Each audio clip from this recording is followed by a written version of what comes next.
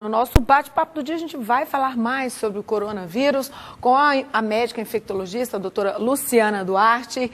Olha só, se você tem dúvida, corre e manda pra gente. Anote aí o nosso WhatsApp, é o 3201-7700, que a doutora está aqui para ajudar a gente a entender um pouquinho melhor essa situação que a gente está vivendo, ainda meio desconhecida. Boa tarde, doutora, bem-vinda. Obrigada pela oportunidade. Bom, a gente fala aí em novo coronavírus. Vamos explicar tudo direitinho, porque como é novidade, né? Por que é novo coronavírus, doutora? Então, o coronavírus, ele já é um vírus antigo, já conhecido há muitos anos, né? E que, inclusive, em 2012, ele causou surtos, epidemias como a SARS e a MERS. E agora, recentemente, foi detectada uma nova mutação nesse vírus, né? Ou seja, ele adquiriu uma nova forma, ele está mais inteligente. Exatamente, uma nova forma.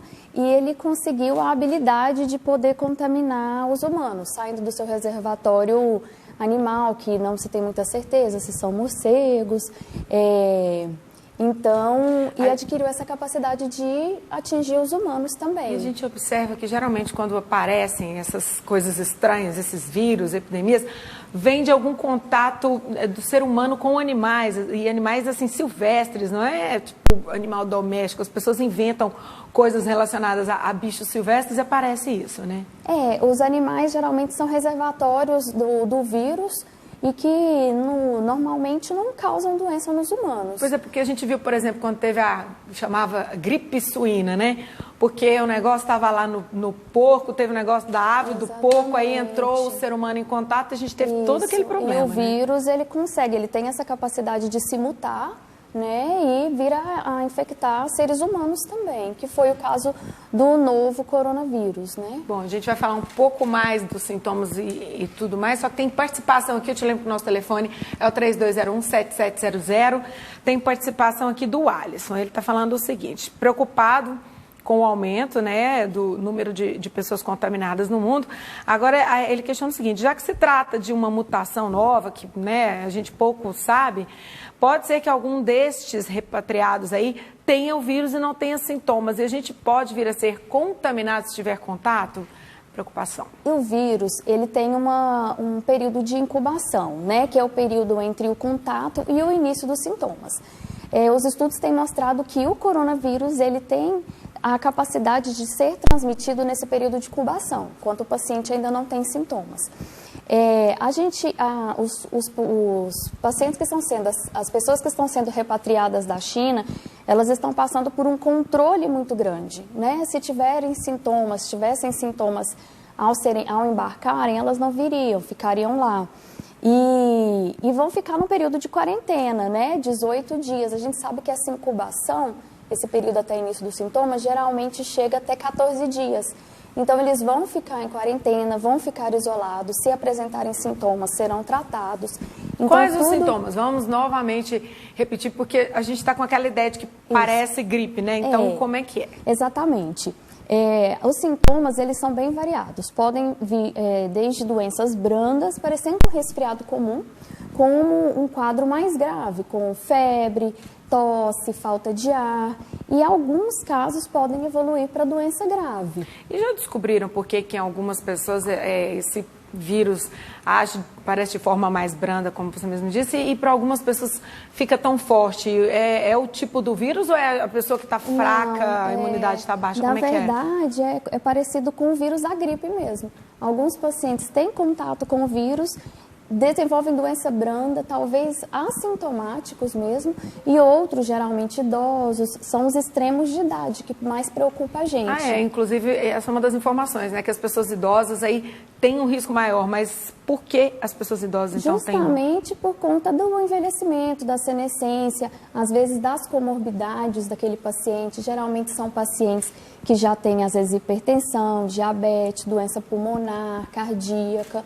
E tudo isso predispõe a uma doença mais grave, diferente do paciente jovem, que geralmente é rígido. Uma outra coisa que chamou a atenção foi que logo no início, quando identificaram 99 casos do vírus, da doença no caso, tinham acho que 67 mulheres. Já conseguiram identificar por que o número em homens, aliás, 67 homens, né? O número em homens era muito maior. Já conseguiram identificar alguma coisa que relacione a questão do vírus ao gênero? Então, isso está sendo estudado.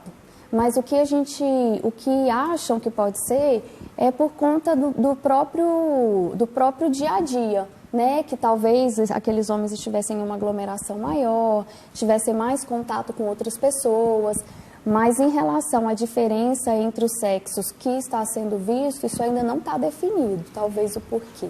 Ó, a gente tem mais participação de telespectador, o número é o 32017700. Vamos lá, o Léo do povoado de Mato Grosso, município de Rio de Contas, Bahia. Obrigado pela sua participação de longe, hein? Quer saber o seguinte, é ou não possível ocorrer aí uma manifestação do vírus no Brasil? Ele está preocupado, olha aqui, com a festa gigantesca que é o carnaval, que vem gente do mundo inteiro. Então, tem essa preocupação, porque a gente está falando agora de uma coisa isolada, de gente que está vindo aí bem monitorada, mas a gente tem o carnaval que vai vir gente de todo canto, né? Exatamente. A possibilidade, ela existe sim, não tem como a gente falar que não. Porque o mundo hoje está todo globalizado. Uma pessoa que está na China hoje, daqui 2 dias ela chega ao Brasil. Mas todas as medidas de tentativa de controle, de contenção da doença estão sendo tomadas nos aeroportos. O Brasil não tem... A gente, por exemplo, como você mesmo disse, tem esse tempo de incubação, que pode ir até 14 dias, a pessoa está com o vírus e não fazer a menor ideia, não tem esse sintoma. Não tem como barrar ninguém no aeroporto, porque não tem exame ainda, não tem nada, né? A gente está totalmente incipiente nessa situação. Então, que orientações poderiam ser dadas para as pessoas que estão se preparando aí para o carnaval? Já que a gente não tem como barrar isso em lugar nenhum, estamos preocupados com uma coisa talvez um pouco menor agora, essa monitorada, mas tem o carnaval, e aí? Exatamente. Então, as medidas para tentar evitar o contato com o vírus são bem parecidas com as medidas para a gente tentar evitar a gripe, por influenza, que é um outro vírus, né? Por exemplo, higiene das mãos, né? Higiene básica, sempre lavar as mãos. A mão ela é uma principal fonte de contato, tanto para o coronavírus quanto para as outras doenças também. Se possível, evitar aglomerações, isso no carnaval é difícil. Evitar contato com pessoas doentes, pessoas que estejam ali dentro dos critérios, talvez, para o coronavírus. E fica inviável mesmo fechar e não deixar as pessoas de fora virem, né? Porque a circulação vai ser muito grande. Não tem a menor possibilidade disso, né, doutora? A menor possibilidade. Tem mais participação aqui, eu acho que a gente já está respondendo, mas eu vou só reforçar para a pessoa ver que a gente está recebendo. Olha aqui, tem uma preocupação aqui com relação à prevenção no dia a dia quanto para as crianças também. E um outro questionamento que é o Christian Matos de Formosa, Goiás. Obrigado pela sua participação, um abraço para todo mundo aí de Formosa.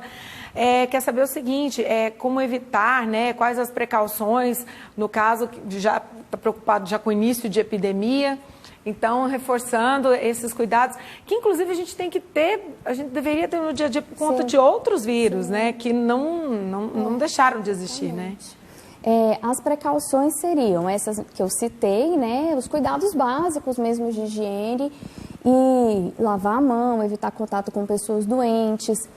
E a gente tem que lembrar também que a gente está chegando numa época do influenza, do vírus da gripe, também, né? Então, é importante que as pessoas se vacinem da gripe para proteção do influenza, para caso a gente tenha alguns casos aqui ou no país, a gente consiga identificar melhor aqueles pacientes que talvez realmente estejam suspeitos do coronavírus ou os pacientes que a gente tem que suspeitar mais para o lado da influenza. Então, são as medidas básicas mesmo e o governo está tomando todas as medidas. O Brasil tem estrutura, inclusive é uma das perguntas para a gente encerrar. Tem muita participação aqui. A gente vai continuar falando desse assunto, porque, afinal de contas, é o assunto do momento, está todo mundo preocupado.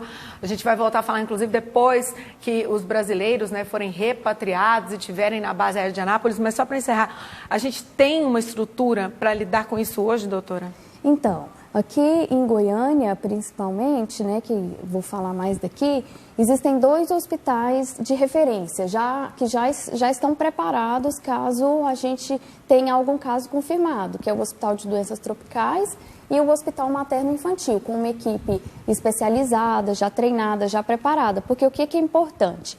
Suspeitou do paciente, aquele paciente deve ser colocado em quarentena, isso já está definido, e os possíveis contactantes também serão colocados em quarentena. Então, tudo na tentativa de conter aí o vírus.